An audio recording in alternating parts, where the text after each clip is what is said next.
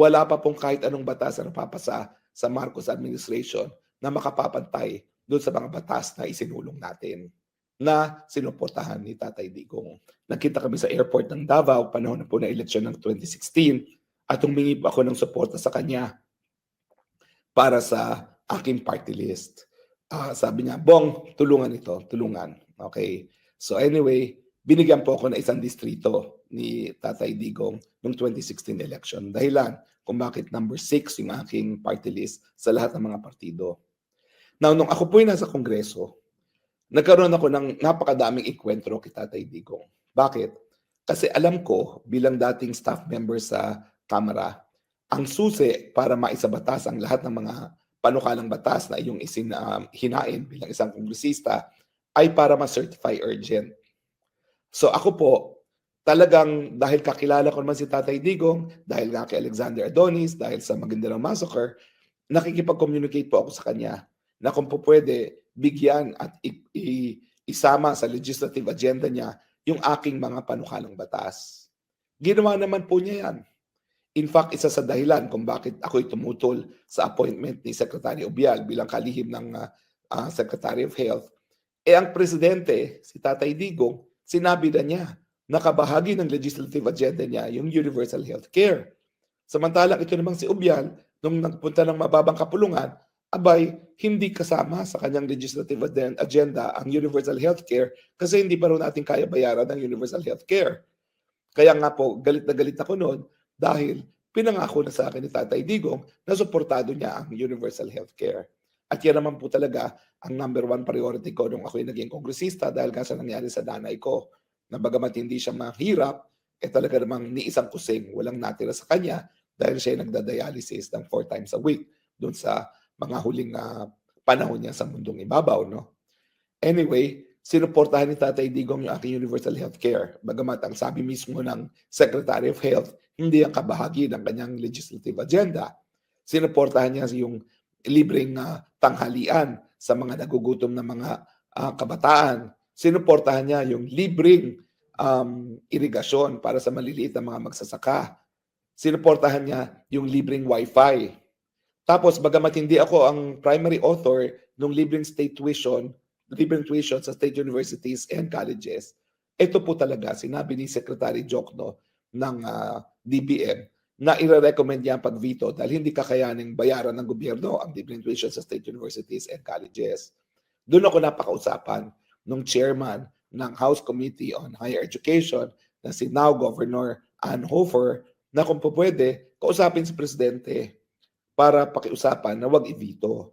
So punta na naman ako sa Malacanang at ang sabi naman ni Presidente, hindi natin i-veto yan dahil naniniwala ako in investing in our primary capital which is our people. So hindi po na-veto ang free tuition in state colleges and universities. Kaya nga po pag merong isang senador ngayon na nag-aangkin ng kredito para dyan, ang totoo po, talagang ibibito yan.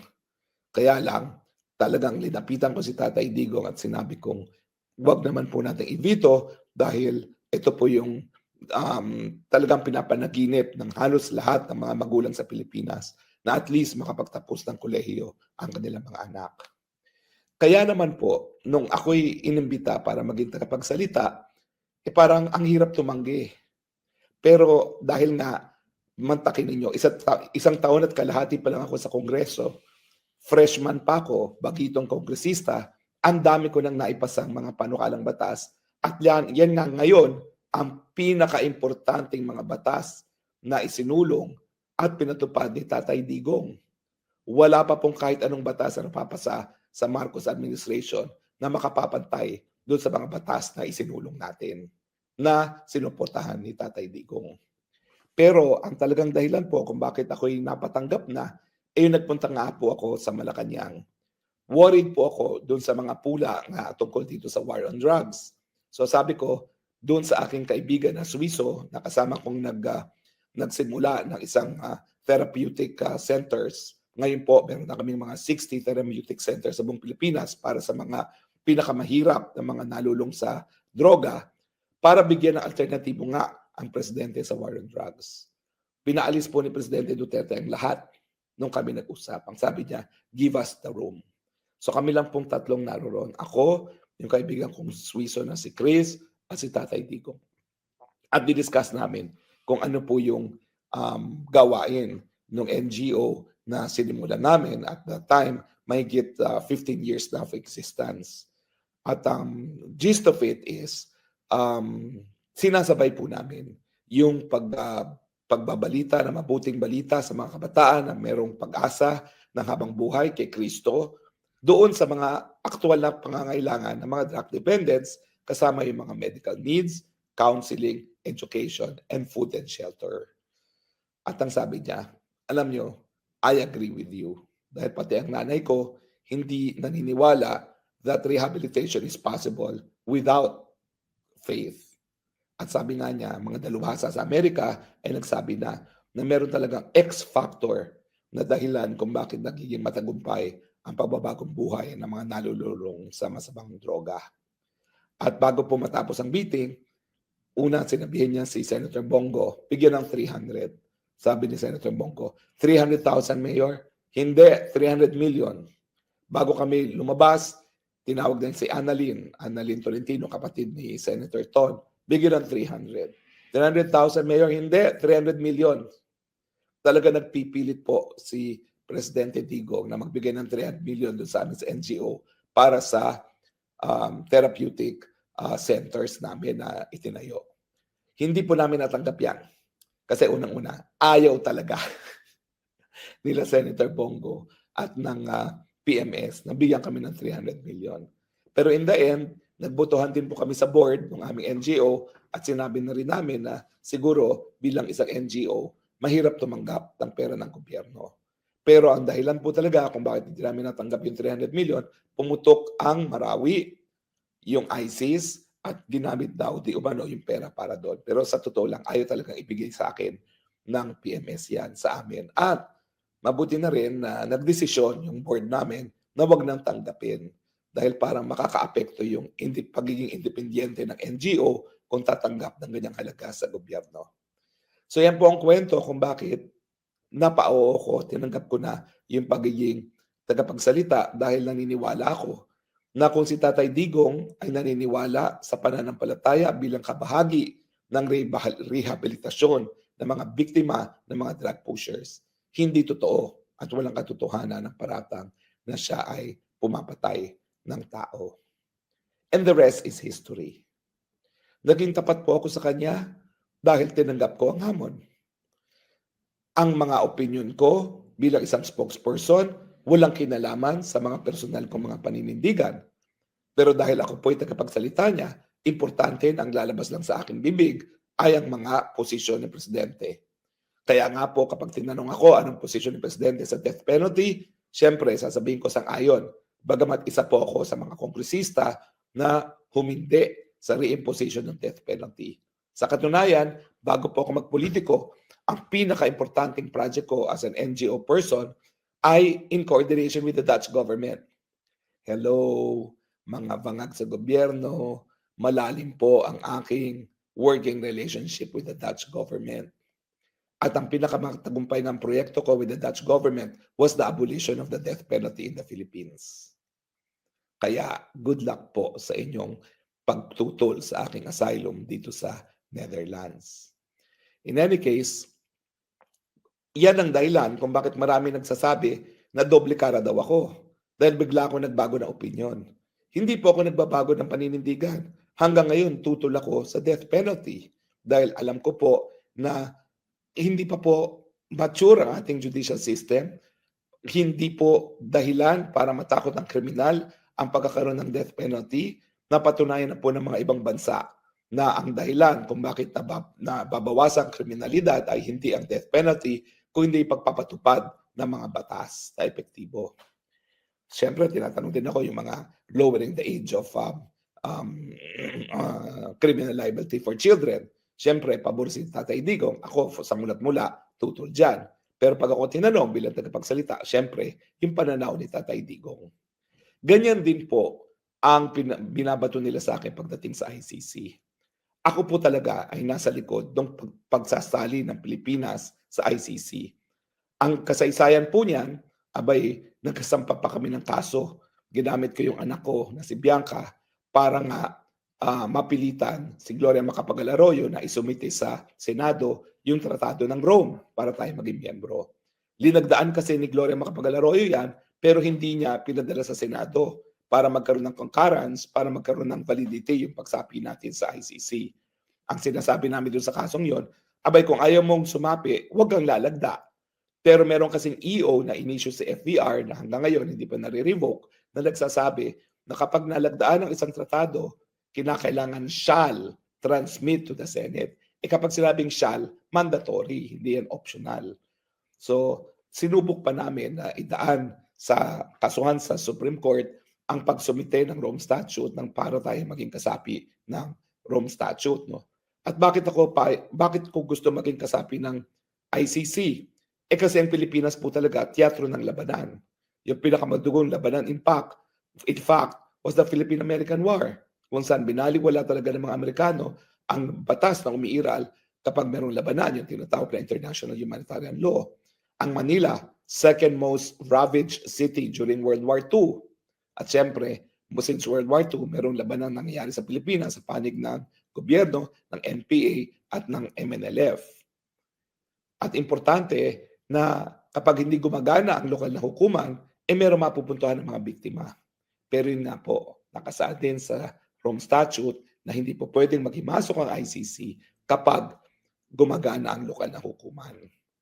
Now, wala pong inconsistency sa aking paninindigan na dapat tayo maging miyembro ng ICC. Doon naman sa naging papel ko na ako pa ang nagbigay babala sa ICC, sa isang Assembly of State Parties sa New York, na tayo'y bibitiw kung magpipilit yung prosecutor na magpatuloy ng investigasyon laban kay Tatay Digong. Bakit? Kasi nga po, tayo naging kasapi lamang ng ICC kung dahil nga pwede lang magkaroon ng jurisdiction ng ICC kung hindi gumagana ang lokal na hukuman. At ang paninindigan ko na sinabi ko naman sa Assembly of State Parties dyan sa New York ng ICC sa UN headquarters, ang sinabi ko ay bukas po at gumagana ang lokal na mga hukuman. Sa katunayan, napakadami nating remedyo na binibigay sa ating mamamayan para maprotektahan ang karapatang mabuhay. Hindi lang po ang writ of habeas corpus, kung hindi na rin ang writ of amparo at saka writ of habeas data. At nung nagbigay-bigihan nga yung prosecutor at nagtuloy ng kanyang examination, tinuluyan na po ni Presidente ang pagbitiw at ang rekomendasyon ko, ituloy mo na rin. Dahil labag yan doon sa basihan kung bakit tayo pumayag sa pagiging kasapi ng ICC. At ngayon po, narito ako sa The Hague. Unang-una dahil pinapunta ako dito para tumayong abogado ni Tatay Digong. Hindi po nabigyan ng katuparan yan, partly because humingi nga ako ng asylum. Pero marami pa pong ibang dahilan yan at pinapasadyos ko na po kung ano ang mga nangyari at hindi nagkaroon ng katuparan na hindi ako naging abogado ni Tatay Digong. Pero meanwhile, itong aking singa po, haharap ako sa sarili kong paglilitis dahil haharap po ako sa unang hearing ng aking asylum application dito. No? At kung makikita nyo, papakita ko lang sa inyo ha. Yan po yung mga papeles na isusumiti ko. Yan, napakadami mga papeles po ang mga isusumiti ko.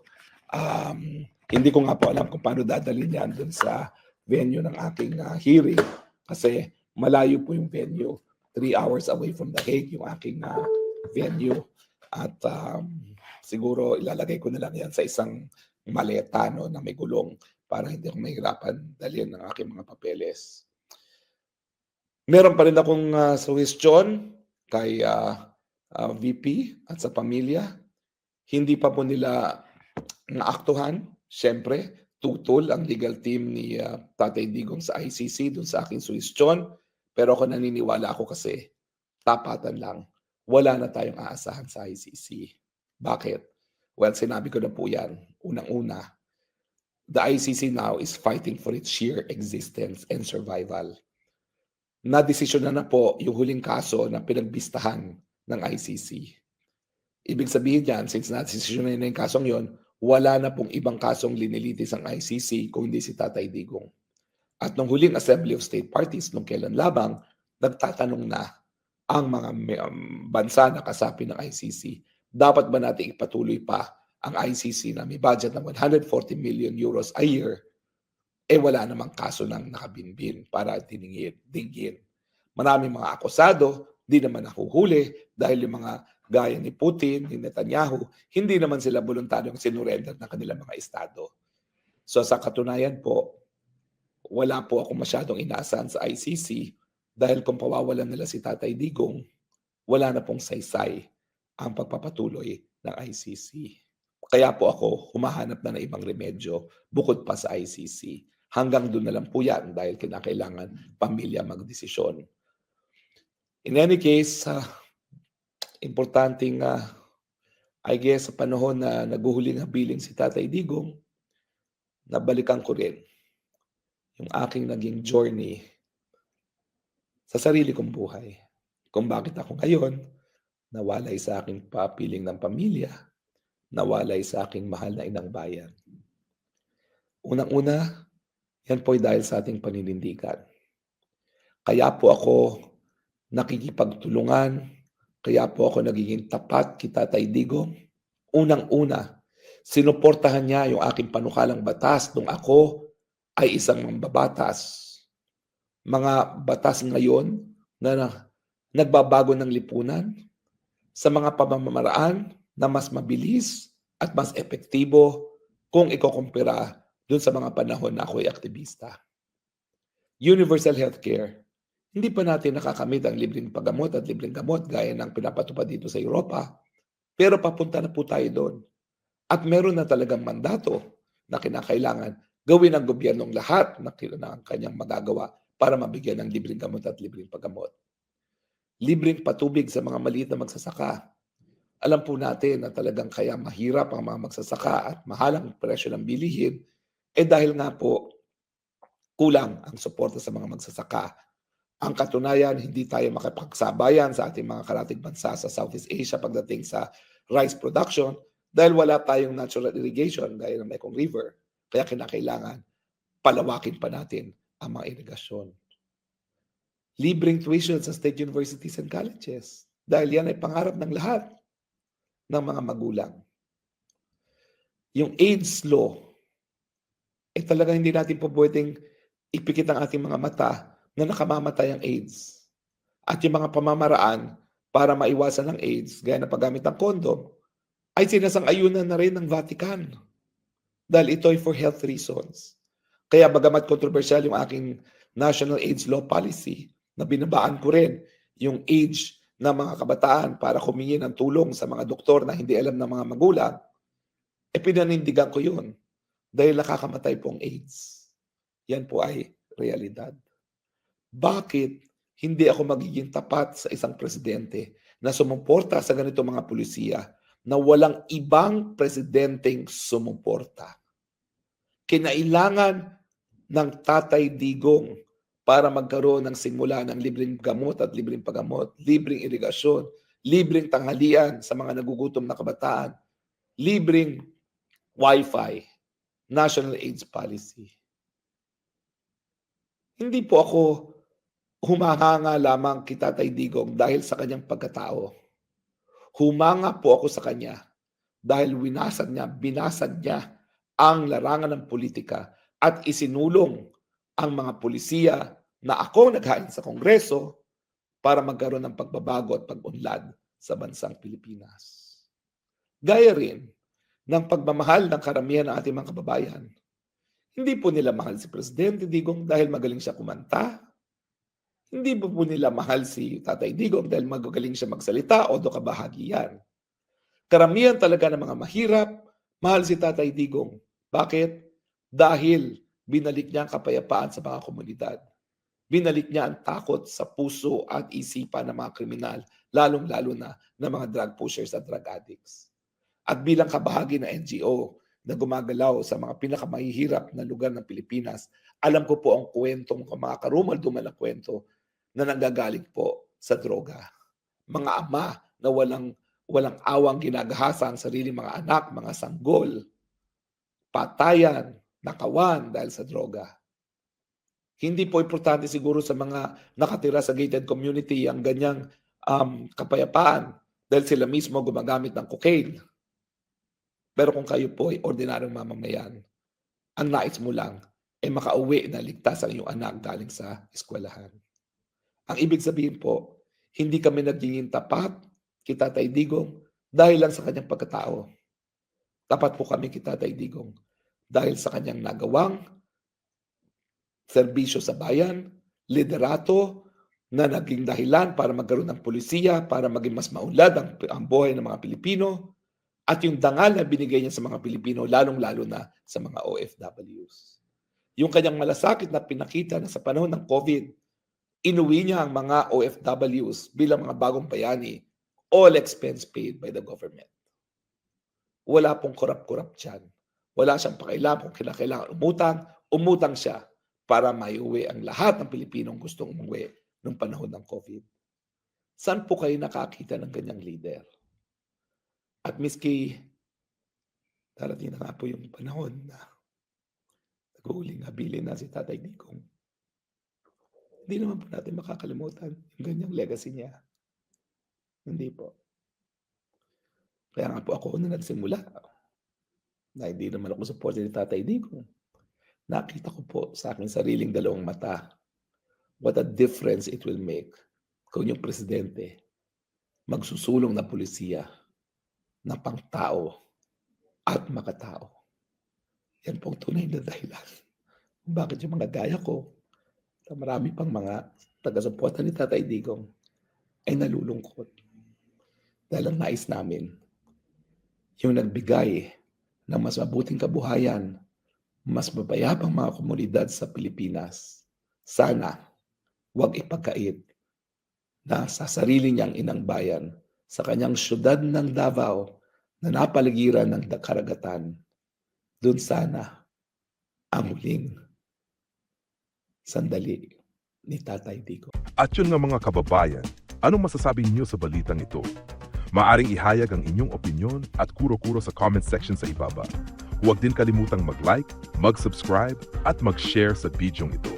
Maraming salamat sa panonood.